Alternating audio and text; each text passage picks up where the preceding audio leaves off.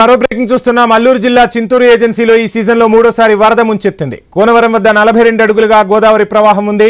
మూడో ప్రమాద హెచ్చరికను దాటి ఉప్పొంగుతోంది. దీంతో కాలనీవాసులు పునరావాస కేంద్రాలకు తరలి వెళ్తున్నారు. అధికారులు సైతం అప్రమత్తమయ్యారు. కోనవరం భద్రాచలం వెళ్లే ప్రధాన రహదారిపైకి వరద నీరు పోటెత్తింది. నేషనల్ హైవే 326 పై రాకపోకలు తాత్కాలికంగా నిలిచిపోయాయి. చింతూరు నుంచి విఆర్పురం మండలాల మధ్య రవాణా పూర్తిగా స్తంభించింది. సుమారు 80 గ్రామాలకు రాకపోకలు లేవు. ఇక కోనవరం, విఆర్పురం, చింతూరు, ఏటపాక మండలాల్లో కంట్రోల్ రూములను ఏర్పాటు చేశారు అధికారులు. సర్పంచ్గా నేను పనిచేస్తున్నాను. గత 10-15 రోజుల నుంచి మాకు వరద వచ్చి మాకు ఎటువంటి సహాయం కూడా మాకు ప్రభుత్వం నుంచి అందించట్లేదు. మాకు నిత్యావసర సరుకులు లేవు. అలానే ప్రజలు ఎటువంటి పనికి వెళ్ళడానికి కూడా చుట్టూరా వరద నీళ్లు ఉండడం వల్ల ఎటు కూడా వెళ్ళలేని పరిస్థితి ఉన్నప్పటికీ గవర్నమెంట్ నుంచి మాకు ఎటువంటి సహాయ సహకారాలు అందించకపోవడం చాలా బాధాకరం.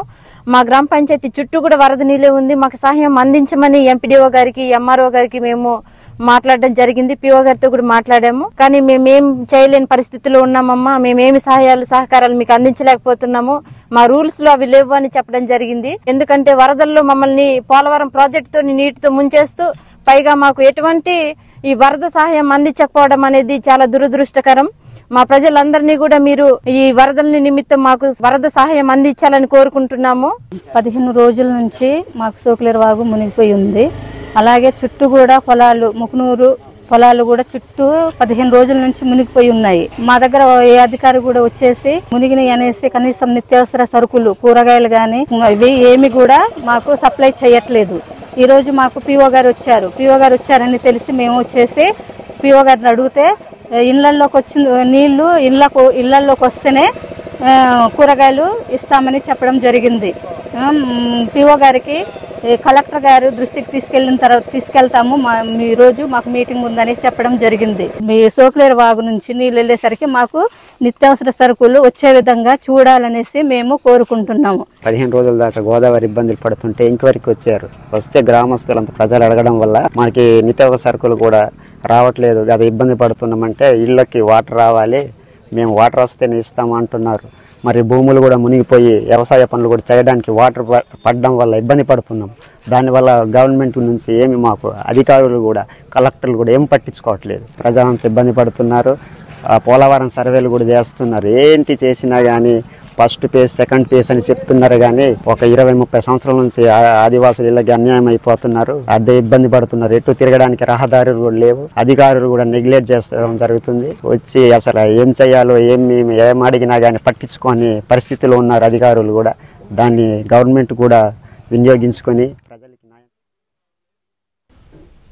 రైట్. ఇక ఇదే అంశానికి సంబంధించి ఫుల్ డీటెయిల్స్ మా ప్రతినిధి గణేష్ అందిస్తారు. గణేష్, చూస్తున్నాం వరద బాధితుల ఆర్తనాదాలు మనం ఐ న్యూస్ స్క్రీన్ పై ఇప్పటి వరకు విన్నాం. అధికారులు ఇప్పటికైనా సహాయక చర్యలు చేపట్టారా? ప్రస్తుతం గోదావరి వరద ప్రభావం ఇంకా కొనసాగుతుందా? డీటెయిల్స్ ఏంటి?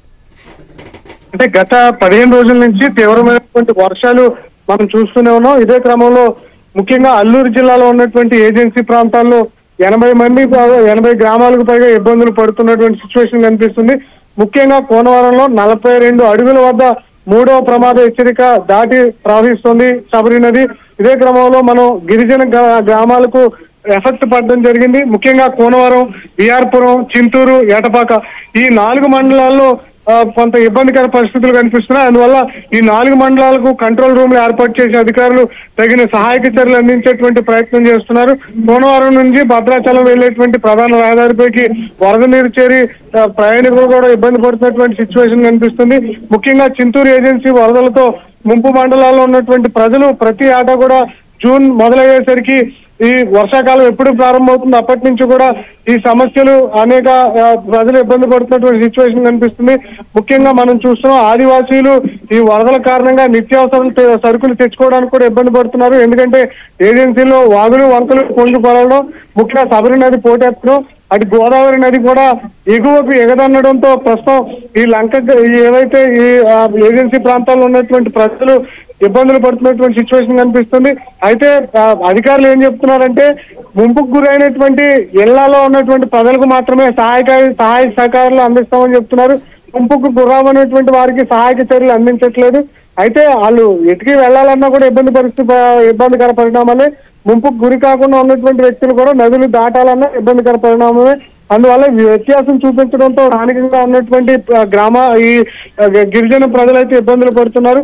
అందరికీ ఒకే విధంగా సహాయం చేయాలని కోరుతున్నటువంటి సిచ్యువేషన్ కనిపిస్తుంది. ముఖ్యంగా నిత్యావసర సరుకులు కావచ్చు, వస్తువులు, కూరగాయలు ఇలా ఏది తెచ్చుకోవాలని ఇబ్బంది పడుతున్నారు. ముఖ్యంగా హెల్త్ సహాయం కూడా అందట్లేదు.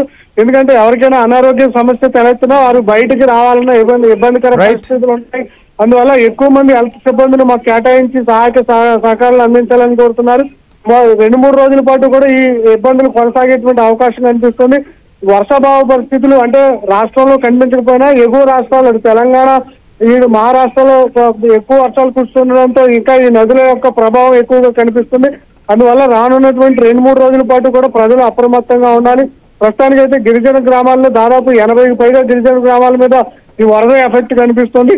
ఈ 2-3 రోజుల్లో కూడా ఇదే విధమైన సిచ్యువేషన్ ఉంటుంది. వర్షాలు తగ్గిన తర్వాత ఈ నదుల మీద వరద తగ్గిన తర్వాత ఈ గిరిజన గ్రామాలకు సాధారణ స్థితికి వస్తాయి. అప్పటి వరకు కూడా ఈ నీటిలోనే ఉండేటువంటి అవకాశం కనిపిస్తుంది. ప్రస్తుతానికి ప్రాణాపాయ స్థితులు ఎవరికీ లేకపోయినా నిత్యావసర సరుకులు తెచ్చుకునేందుకైతే ఈ గిరిజన గ్రామాల ఆదివాసుల ప్రజలు ఎదుర్కొంటున్నారు. Right, thank you Ganesh.